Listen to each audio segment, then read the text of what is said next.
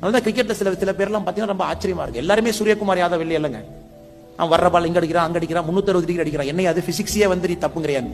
ஒரு law of கிராவிட்டியே ஒரு batsman தப்புங்கிறான். இங்க வர்ற பாலத்துக்கு பின்னாடி அடிக்கிறான், பின்னாடியில எப்படி அடிக்கிறான், 360 டிகிரி எப்படியா பால் போகும். பட் அவங்க எல்லாம் எக்ஸப்ஷனல். ஒரு 1 லட்சம் பிளேயர்ல யாரோ ஒருத்தர் அந்த மாதிரி வர்றான். அதுவும் சூரியகுமார் யாதவ் சொல்றாரு, இந்த அளவுக்கு நான் விளையாடுறேன்னா என்னை 13 வருஷம் இந்தியன் டீம்ல நீங்க செலக்டே பண்ணல, என்னை அனாதையா விட்டுட்டீங்க 31 வயசு வரைக்கும். நான் போய் ஐபிஎல் ஆடி அங்க ஆடி இங்க ஆடி ஒரு 4 டீம்ல ஆடி அங்கெல்லாம் கொஞ்சம் கொஞ்சமா பிராக்டிஸ் பண்ணி 13 வருஷம் அந்த ஷாட்டை பெர்ஃபெக்ட் பண்றதுக்கு எனக்கு 13 வருஷம் ஆச்சு. எனக்கு போனோடனே செகண்ட் பால்ல பின்னாடி முன்னாடி எல்லாம் அடிக்கிறேன். அதே தான் உங்களுக்கு. Preparation is just to perfect what you know. Prepare பண்றீங்க. ஆனா கொஞ்சம் லேட் ஆனாலும் கவலைப்படாங்க. எனக்கு தெரிஞ்ச சில சகோதரிகள் உள்ள இருக்காங்க. 2-3 அட்டம் ஆச்சு டெல்லியில, ஒன்றும் வரமாட்டேதுனே, கொஞ்சம் கஷ்டமா இருக்கு, அப்பா சைட்ல பிரஷர், நீங்க கொஞ்சம் ஃபோன் பண்ணி சொல்லுங்கண்ணே அப்படின்னு இருக்காங்க சகோதரிகள். இங்க பக்கத்துல அமர்ந்திருக்காங்க. எல்லாருக்கும் இருக்கிற பிரச்சனை தான். ஆனால் ஒரு வருஷமே உங்களை மெருகேற்றி இருக்கிற நீங்க நினைச்சுக்கணும்.